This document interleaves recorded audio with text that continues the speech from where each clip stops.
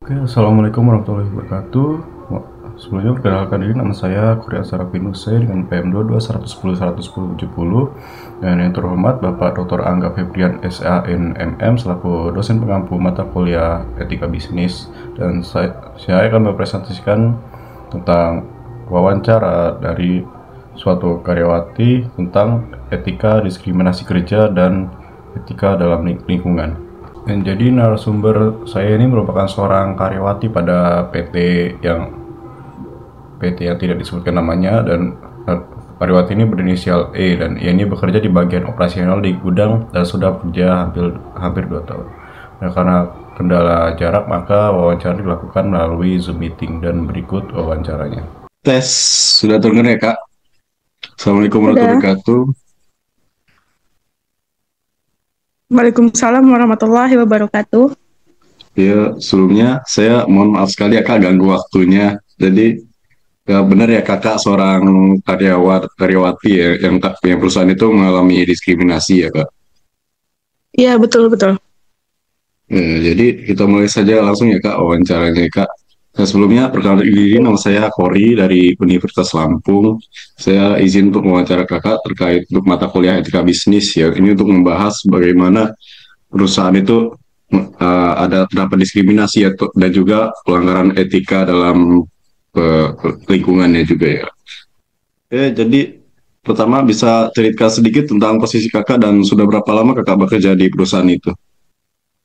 Baik, saya sempat bekerja di bagian operasional gudang di salah satu perusahaan distribusi logistik. Sudah hampir sekitar 2 tahun ini saya di sini. Nah, jadi bagaimana budaya kerja yang kakak rasakan selama bekerja di situ? Budayanya sebenarnya cukup kaku ya, Kak, dan penuh tekanan juga, terutama buat orang seperti saya yang bukan dari kalangan dalam. Ada kelompok tertentu yang selalu mudah untuk naik jabatan atau mendapatkan akses informasi yang lebih. Sementara yang lain seperti saya ini kadang tidak dianggap, Kak. Oke, terus selanjutnya kak, apakah kakak pernah mengalami atau menyaksikan sendiri diskriminasi di tempat kerja kakak itu? Bisa dijelaskan? Ya, saya pernah. Salah satu yang paling menyakitkan bagi saya itu ketika saya diminta tidak menggunakan hijab saat ikut Hmm. rapat dengan klien luar negeri. Katanya, biar kelihatan lebih netral dan profesional. Saya juga menyaksikan rekan saya yang keturunan Papua tidak pernah diberikan shift pagi karena katanya klien takut salah paham. Gitu. Jadi untuk diskriminasi seperti apa sih yang sering terjadi di situ? Diskriminasi berbasis agama dan ras yang cukup tinggi sih. Tapi diskriminasi jabatan juga ketara banget. Misalnya, pegawai non-manajemen hampir tidak pernah diajak dalam pelatihan penting. Padahal, kita yang paling sering menghadapi situasi lapangan. Jadi dari situ gimana reaksi perusahaan sih terhadap kasus diskriminasi itu? Reaksinya tidak ada lah. HR lebih sibuk menjaga citra perusahaan. Bahkan ada rekan saya yang pernah melapor. Malah disuruh evaluasi diri dan diminta lebih fleksibel terhadap budaya kerjanya.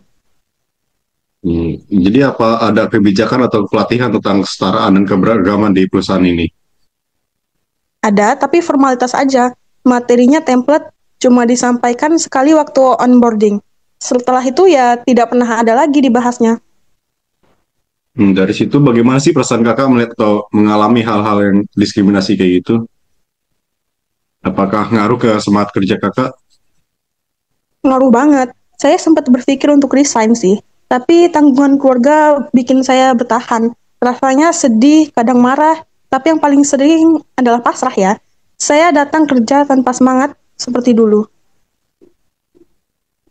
Jadi apakah perusahaan tempat kakak kerja ini pernah terlibat atau dituduh melakukan pelanggaran atau pelanggaran lingkungan? Ini kita beda konteks ya. Tadi kan diskriminasi etika ya. Sekarang diskriminasi lingkungan. Jadi apakah perusahaan kakak ada kayak gitu?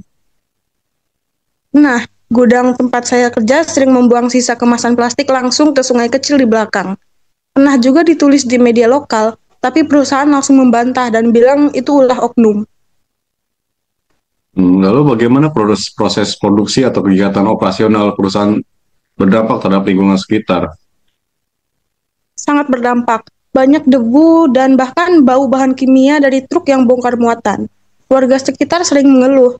terutama saat musim hujan karena limbah mengalir ke parit-parit warga. Gitu ya Kak. Jadi apa ada upaya dari perusahaan itu untuk mengurangi dampaknya ya?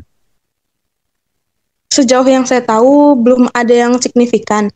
Kadang mereka pasang poster Green Company di pagar luar, tapi itu saja, praktiknya tetap saja sama. Jadi apakah Ya, kakak atau rekan kerja kakak ini pernah nggak merasa nggak nyaman atau khawatir lah dengan dampak lingkungan itu tersebut? sering banget, apalagi yang kerja di area bongkar muat.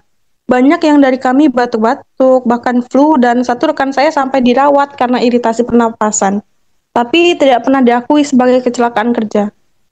Hmm. Jadi menurut kakak bagaimana seharusnya perusahaan menangani isu lingkungan ini? Yang pertama, yang penting itu jujur, akui dulu ada masalah di perusahaan itu. Lalu mulai libatkan pekerja dan warga sekitar dalam audit dan evaluasi. Jangan terus pura-pura hijau hanya karena ingin menjaga nama baik. Nah, jadi menurut kakak perusahaan tempat kakak bekerja ini menjunjung tinggi etika enggak sih dalam operasionalnya? Enggak, mereka hanya menjunjung etika jika sedang diawasi atau diaudit. Selebihnya semuanya soal efisiensi dan target angka saja. Jika dikasih kesempatan nih kakak, jadi perubahan apa sih yang ingin kakak lihat terkait isu diskriminasi dan lingkungan di perusahaan itu? Saya ingin ada sistem pelaporan yang benar-benar aman dan ditindaklanjuti. Juga audit lingkungan rutin yang tidak hanya bersifat internal. Yang terpenting adanya keterwakilan pekerja biasa dalam forum manajemen. Gitu. Jadi apakah kakak merasa suara karyawan tuh didengar oleh manajemen terutama soal isu-isu sensitif kayak gini nih? Enggak, bahkan saat kita bicara baik-baik, sering dianggap mengganggu harmoni perusahaan. Suara kita hanya dianggap penting kalau berkaitan dengan pencapaian target saja. Gitu Kak. Jadi cukup sih Kak pertanyaan dari saya. Terima kasih banget atas waktunya dan mohon maaf juga telah mengganggu waktunya ya Kak. Terima kasih. Wassalamualaikum warahmatullahi wabarakatuh. Waalaikumsalam warahmatullahi wabarakatuh. Oke, kita lanjut ke problem solvingnya. Jadi yang masalah pertama tuh etika diskriminasi tempat kerja. Dan masalah utamanya yang ada berdasarkan wawancara tersebut adalah yang pertama tuh diskriminasi gender, ras, agama, usia, bahkan jabatan. Kedua, tidak adanya mekanisme pelaporan yang aman dan terpercaya. Yang ketiga itu pelatihan kesetaraan yang hanya formalitas. Nah, solusi yang disarankan itu yang pertama tuh pembentukan sistem pelaporan yang independen dan aman. Jadi bentuk tim etik internal yang bekerja independen di HR atau gandeng pihak ketiga sebagai lembaga pelaporan yang menjamin kerahasiaan pelapor.